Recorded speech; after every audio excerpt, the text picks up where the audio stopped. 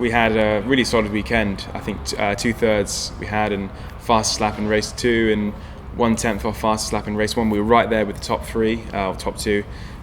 We pulled away from the guys behind, and I think it was good to finally prove that we had the speed. It wasn't just over one weekend at Silverstone. We came off that double win at Silverstone and transferred that into Brands Hatch, and I can't really be too displeased. It was a tough weekend because it was the first time I'd actually been round Brands Hatch GP in a Porsche, and a lot of the 2 guys ahead, I know have been round there plenty of times.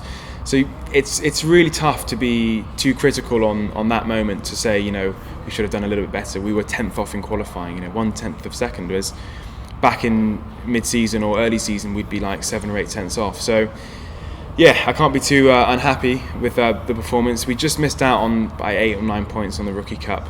But over the last 2 races there, we scored something like 75 out of 85 or 89. It was really close, and sort of championship winning points. So that was pleasing, and I don't think there was much more I could have done.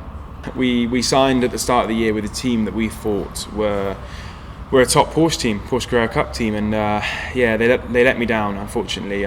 I went with the move, the decision we made with Bristol Sport to change to GT Marks, the new team, for the final 2 races. That was a tough decision, but it was one that was warranted, and we were able to go and show that the talent that we had, or the speed, the inherent speed that we actually had, was there all along, but it wasn't being unlocked in this old team. So I think a lot of people were stood up and noticed those 2 performances, or 4 performances in 2 rounds. So like I say, we're upset with the start of the year, and we feel like we've got some unfinished business. So I don't think anyone would blame us for going back next year and trying to challenge for the title, which, like I say, over the last 2 races with GT Marks, we were comfortably in the top 3, and so we take that away in the winter months. We work on that and be happy with that.